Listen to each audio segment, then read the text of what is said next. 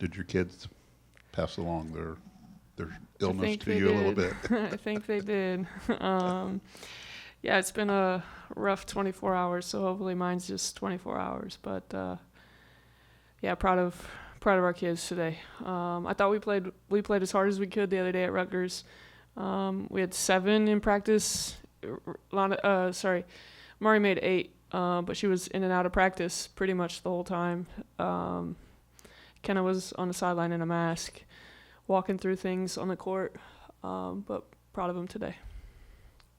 What's this last week been dealing with the sickness, trying to get the team ready to go? Just trying to figure out who we have. Right. Every morning, Jess updates. That's the text. What are the updates? Where everybody? I think Sophie. I don't know what they said. Sophie and Spider are starting to feel a little better. Des is starting to feel better. Kenna went to get an IV today after shoot around. Hopefully it's contained and doesn't go to anybody else, and it stays with me, and everybody else finds a way to avoid this. Fourth quarter tonight, I think the lead got under 10, I think 5 times, but each time you guys answered. Yeah.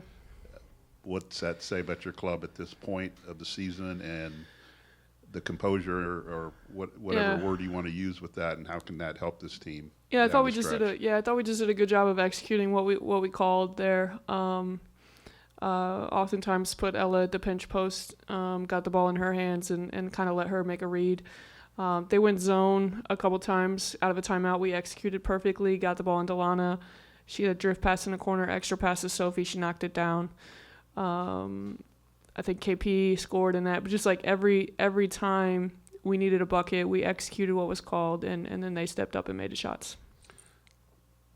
Lana's kind of been quiet here recently, but for her to have the game that she had today on both ends of the floor, along with what Kendall did, that's kind of what you were looking for this season, right? Yeah, no doubt. KP has just gotten better and better on the offensive end. My goodness. She's been really, really special for us, and I think everybody on the floor feels really comfortable throwing her the basketball in space, and then kind of giving her the opportunity to work. I thought, honestly, what Lana and Reagan did on the defensive end to start the third quarter was pretty much the difference in the game. We were aggressive with Reagan and trapped a ball screen, got a steal, kind of set the tone. Lana with her post defense, no matter who she was guarding, she was locked into what she was supposed to do, and I really think that was kind of the turning point for us there in the third quarter. Those two set the tone for us defensively, and we held them to 8 points that quarter. How important was it not to let Walsh get going for them until the second half when she started something shots? We talked about. Obviously, she had 26 on us in the Big Ten tournament, but our game at their place, we did a really good job on her, we wanted to make sure nobody got more than their average.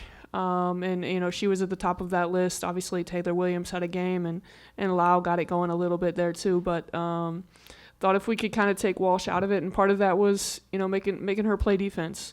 Lana didn't find a lot of success early, but then KP and Reagan did inside, and then Lana had a really good second half on both ends of the floor. But you make those kids play defense when I know from experience when you can just score the basketball and can't play defense, it makes it for a rough night on the other end. Coach, it seems like the ball movement out there on the court has improved a lot since the beginning of the year, and not just each of the passes, but the confidence behind the passes. Do you see that on your end too? Yeah, I do.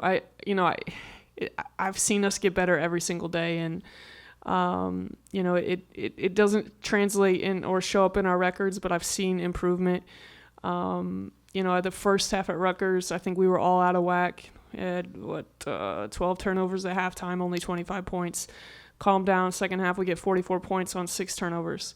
We didn't turn the ball over against Wisconsin. We did a decent job today with only 14, but I think they're just understanding, how we've wanted to play, and we're not playing teams from other planets right now, right? Like it was a rough stretch there for us, but I've seen us get better, and I think we saw it against Nebraska, and then it translated into Wisconsin. I wish we could have been full go against Rutgers, but no excuses there. We didn't come up on the right end, and today. Just just a really, really good team effort all around.